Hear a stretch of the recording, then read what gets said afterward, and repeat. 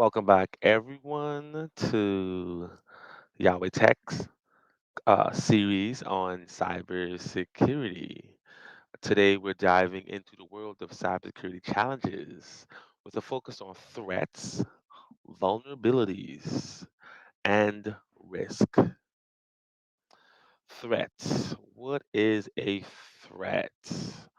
A threat, a vulnerability and a risk. A threat and risk sounds the same. I know it sounds really relatable to what a risk is. Um, they have a few key differences. Um, a threat can be weather. A threat can be an employee. A threat can be something that you left in the system. A risk is slightly different, right? But threats are acts performed by individuals with harmful intent whose goal is to steal data and cause damage or disrupt the system, right? Steal data, cause damage, or disrupt the system. Um, you think about that. It's all to disrupt the CIA, right? So we'll get back to that. Um, a vulnerability is a flaw or weakness in an asset design, right? It could be something with implementation. It could be something with the operation and management that could be exploited by a threat, by a person trying to steal information, trying to cause damage, right? That's something that the vulnerability is something that they try to exploit, which is why we try to keep the systems up to date and have as little vulnerabilities as possible. A threat is a potential or a threat agent to exploit a vulnerability. A risk is the potential for loss when the threat happens, right? So a threat is someone or a person or entity that's trying to make something happen. A vulnerability is what they try to exploit to make this thing happen, to disrupt the confidentiality, to change the integrity of the data, to stop the availability. Denial of service is one of the attacks that they use, right? And the risk is the potential loss for when the threat happens. When the shut down all the systems, what's the risk? Then you're out of power, right? The whole neighborhood is out of power. That's what you're risking, right? So we have to understand the challenges that we have. What's the importance of addressing threats and vulnerabilities and risk? You want to save the company money. That's what you're there for. You're there to save the company money, keep the data protected, keep the system available.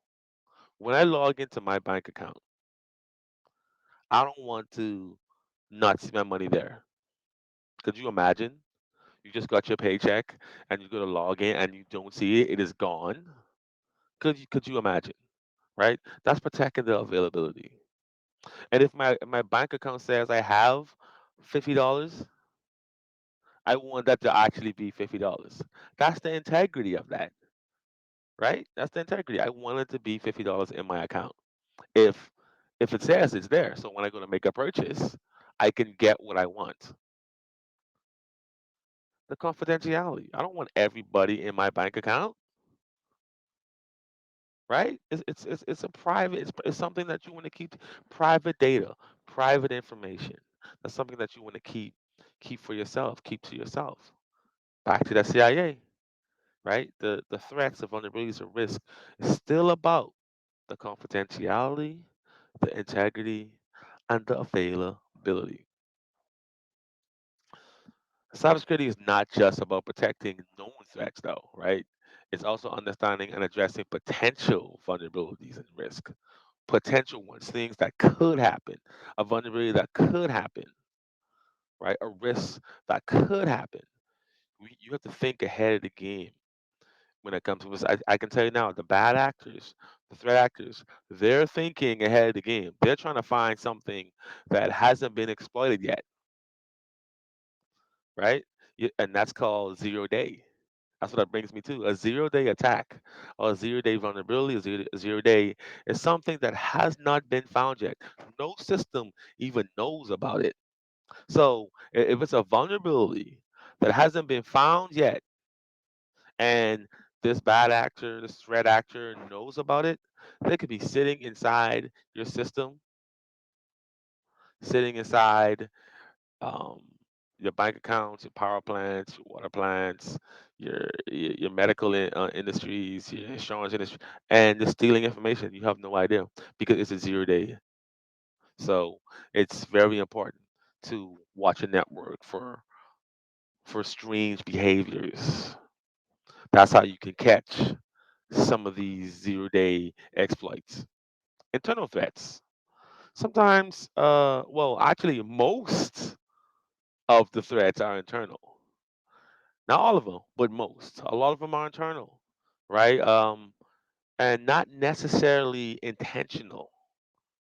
Someone could get an email and not know what they're getting that says that you got a parking ticket. It says that you got a speeding ticket. You must show up a car tomorrow.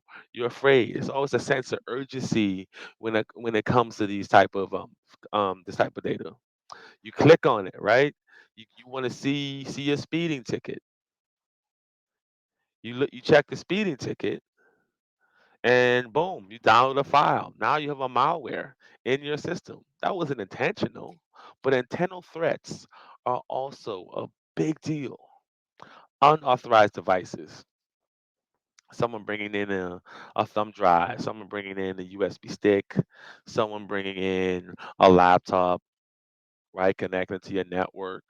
It's a personal device of theirs that has who knows what on it, right? They connect to your network. Boom. Introduce a malware. Introduce a Trojan. Introduce the worm. Could be intentional or unintentional. But it's your job to make sure that does not happen.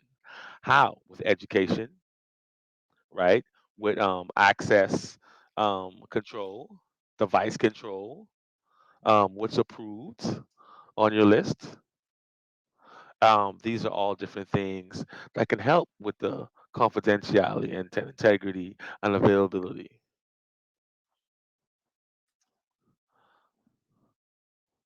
Um, Definition of threats and vulnerabilities, right? In cybersecurity, threats are potential dangers to the security of our systems and data, such as malware and phishing attacks.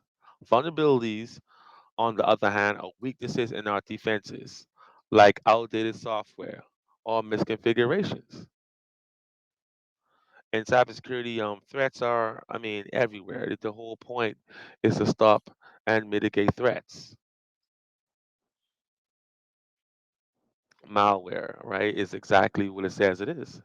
It's software that is not that's just that's not good. That's just there to disrupt your system. Remember, they're trying to stop your services, right? They're trying to um, exploit your system. They're trying to disrupt the availability of your system, right? Phishing attacks could be in emails, could be in the form of voicemails, could be in the form of someone calling your phone. Um, a very popular one nowadays is the Amazon or the USPS, where like, oh, you didn't receive a package. Could you click on this link to see where your package is at, where you will receive your package? That's huge one nowadays. It's all phishing attempts. They're trying to get information from you. They're trying to get your password from you. They're trying to get into your account. They're trying to exploit your MFA, right? Multi-factor authentication, right? That's what that is on your phone when they ask you for your PIN number, when they ask you for your authorization code. It's to make sure that it is really you signing in and not someone that was um, using a phishing attack to get into your account. Um, like I said before, with vulnerabilities, you have to stay up to date with the software because outdated software, misconfigurations of the firewall, right? The firewall letting in information or connecting devices that shouldn't connect, connecting LANs that shouldn't connect, right? Local area networks connecting, right? Let's say you have guest Wi-Fi at your production center, at your job, at your workforce or work center, and on this Wi-Fi, you have it connected directly to a server that has a ton of information, has all the passwords, has admin privilege. The server has, say, a finance server. So someone that can just come into your job, to your workplace, get on the Wi-Fi, and can connect directly to that server. That's a misconfiguration. That's what that is. That's a misconfiguration. No, big no no. So a lot of things you should, when it comes to configuration, and my network engineer people know this better than anything else. The firewall needs to be configured properly. The rules need to be configured properly, right? Certain standards, NIST standards, CISA standards, right? Look those up. NIST, certain standard that is like a governance for the cybersecurity world. CISA, so governance for the cybersecurity world. We, like I said, in my class, we will go more into depth to what these things are. If you don't know, join us, Yahweh Tech. Um, Assessing and managing risk, process of risk assessment, and the strategies for managing risk. To effectively protect against cyber threats, we need to assess and manage the risk, right? Point blank in a story. This involves identifying potential threats and vulnerabilities, evaluating their likelihood and impact, and implementing strategies to mitigate or eliminate them, right? What's the strategies that we implement? How do we evaluate the likelihood of the impact, right?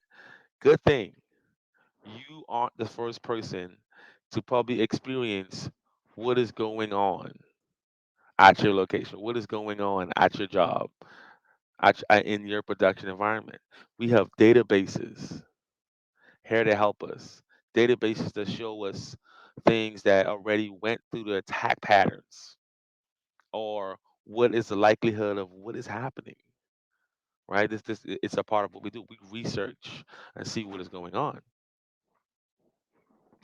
Um, some programs, FortiGates, Palo, right, XR, they can look at certain patterns on a network and they can identify a threat.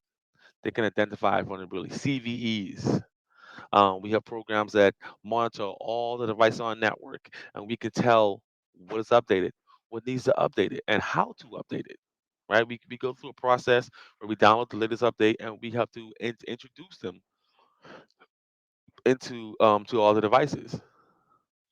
There's a very popular hack that happened to Target. I think it might have been 2012. I could be mixing my dates up, but you can look it up. Um, so they supposed to update their systems. They didn't update their systems. I think the CFO decided that because for financial reasons they were going to update it in the next quarter. Well, lo and behold, they got hacked before the next quarter. Three positions, I think the CFO, the CISO, all had to quit their jobs. Why? Because they didn't mitigate or minimize the vulnerability of their systems. All they had to do was keep up with the updates of the system. In my class, I will show people how we do updates, what's the process of doing these updates, what we go through. Join us at Yahweh Tech Global IT. Okay, so um, there's different case studies. I mean, there's so many different hack and ransomwares out there. This will be homework for you. How about you go ahead and I want you to have come with different three different cases where there was some type of cyber attack in the past decade, and let's talk about them in class. Right? Learning from real world examples is a valuable way to understand the impact of cyber threats and vulnerabilities. We'll examine some notable case studies of cyber attacks and data breaches. We will analyze their impact and draw lessons learned for better risk management. Right? What didn't these companies do?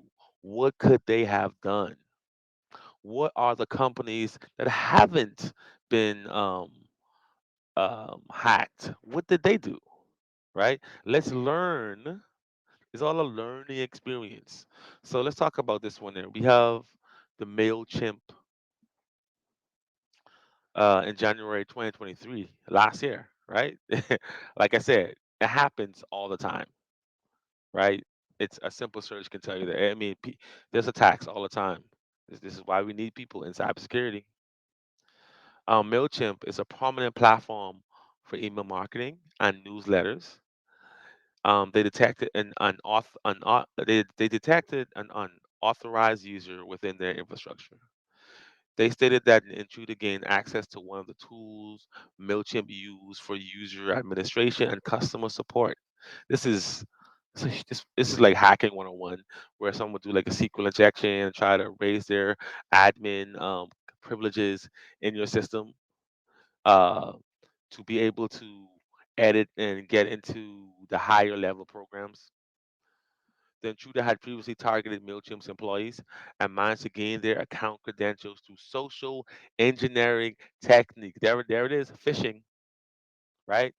Phishing employees. There's something called spear phishing, where you, from reconnaissance, you gather enough information to know who in this company has access, and you target them, right? You target them. It could be 20,000 employees. Maybe five of them have access to exactly what you need. And those are the five that you found. Those are the five you target, and you try to get their information.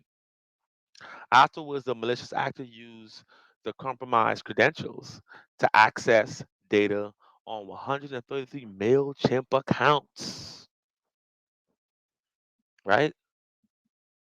MailChimp claimed that no sensitive information was stolen, but the breach may have disclosed customers' names and email addresses.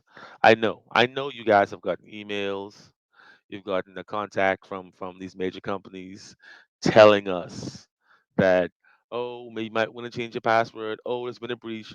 Target had one, Kohl's had one, um, Uber had one, I think Lyft even had one, Microsoft, Azure had one.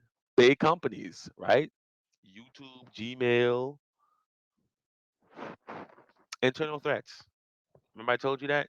Remember I told you that it doesn't have to be intentional, right? This is why it is very important to keep your people educated on what's going on,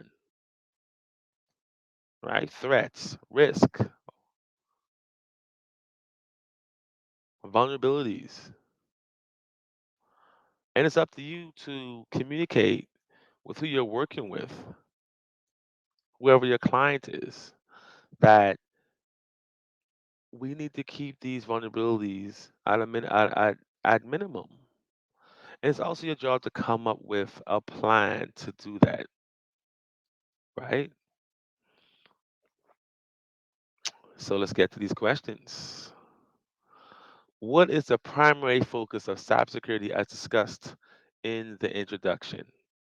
A, protecting against known threats only. B, addressing potential vulnerabilities and risk. C. Enhancing system performance. Or D. Ignoring potential risk.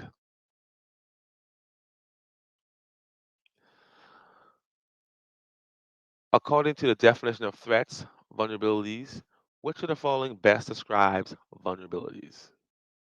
A. Potential dangers to the security of systems and data. B. Weaknesses in potential defenses such as outdated software and misconfigurations. C. Known cyber threats like malware and phishing attacks. D. Strategies to mitigate cyber risk. What is involved in assessing and managing risk as mentioned in the content? A. Identifying potential threats only. B. Evaluating the likelihood and impact of vulnerabilities. C. Implementing strategies to mitigate or eliminate threats and vulnerabilities. Or D. Ignoring potential risk and vulnerabilities. Pause the video, take your time to come up with your answers. When you're done, come back and let's find out. Okay, so number one was B. It was addressing potential vulnerabilities and risk. Number two was B. Weaknesses in defenses such as outdated software or misconfigurations. And number three was C. Implementing strategies to mitigate or eliminate threats and vulnerabilities. In conclusion, understanding threats and vulnerabilities and risk is essential for effective cybersecurity. By proactively assessing and managing risk, we can strengthen our defenses and minimize the impact of cyber attacks. Remember to stay informed, stay vigilant, and stay secure. Thanks.